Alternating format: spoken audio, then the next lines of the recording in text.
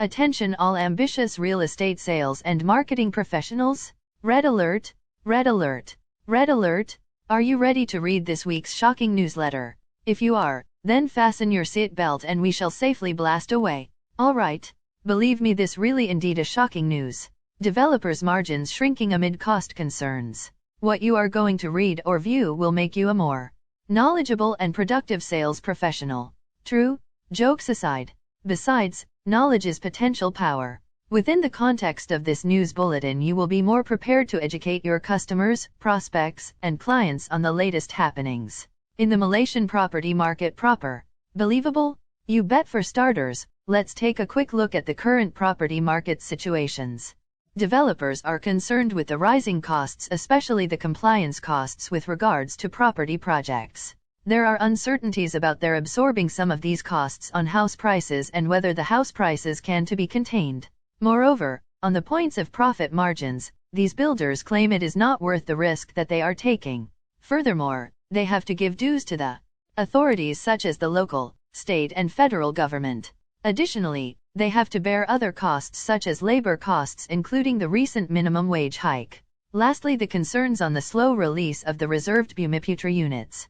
That said, let's dive into the nitty-gritty of this week's newsletter. Shall we? Petaling Jaya, the Real Estate and Housing Developers Association Malaysia, REDA, says property developers' margins are shrinking and are now at around 15%. REDA Institute Chairman Datuk Jeffrey NG said this has been the case in recent years because of rising costs, especially compliance costs with regards to property projects, which are seeing profit margins being squeezed. It is idealistic to talk about house prices coming down. If property developers' profit margins are very high, then the developers can absorb some of these costs for house prices to be contained. But in reality this is not the case, NG said in a statement at the launch of the Housing Forward Understanding Costs and Sustainable Prices research book yesterday. If you take an average of 15% margins, and it takes a project excluding townships of an average of 3 years to build, developer margins are at 5% to 7.5% per annum. These margins are not worth the risk that the developers are taking, he added.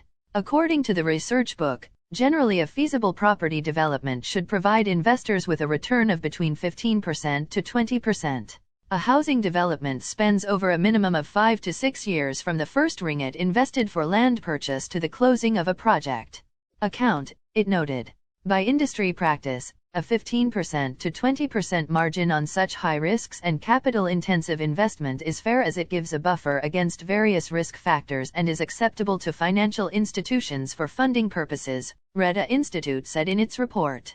Notably, compliance costs, which are necessary costs that are associated with a particular property project that are paid to the authorities such as the local, state and federal government, are higher than the developers' margins now. This is one area that few people talk about, and the authorities do play a significant impact. If we can mitigate compliance cost impact, then there is a higher chance that house prices can be kept at a sustainable level in terms of price, as other costs such as labor costs with the recent minimum wage hike are rising, NG said. Meanwhile, he also highlighted that there should be an orderly and planned way to release the Bumiputera units that are still unsold after many years. The number of Bumiputera units unsold stocks are huge, this is in the report. There should be an orderly way to release this in a very transparent way back to the developer so it can be resold again on the market, as these are currently unproductive stocks and it adds on to our costs. We can follow the Bumiputera policy, but not at the expense of having the units being unproductive to the developer, NG said. REDA Institute in its survey found that some 30% of unreleased and unsold Bumiputera units are 5 years or older. These are usually stuck at the state or local authorities. The release mechanism is not transparent. If you think about it logically, the holding costs are not borne by the developers, but these costs are borne by future property buyers, as we have to make it up from somewhere else to balance the finances, RED Malaysia's acting president Datuk N.K. Tong said. He said that with the resources the government has access to, they should fund the affordable housing projects for the B40 group. End of shocking news. By the way, come to think of it, we know it is a detailed newsletter on issues of developers incurring margins shrinking amid cost concerns. Yet we want to congratulate you for your concerted effort in reading entire bulletin. Make no mistakes, We are really committed to your growth, self-development, and your success in your real estate selling profession. Period. Needless to say, since you have read this property news, you now deserve more forthcoming free bonus gifts of free chapters from the book How to Prospect for Your Ideal Customer. Lest you forget, these sharing will continue in WhatsApp, YouTube, Facebook, LinkedIn, and of course in our club's president email, josephsefng@gmail.com, upon request. Alright, to wrap up this newsletter, let's review some salient points. Such as developers are worried by the growing charges, particularly the property compliance charges levied on assets projects. They are also unsure of soaking up a number of those expenses for residence costs and whether or not costs can be contained.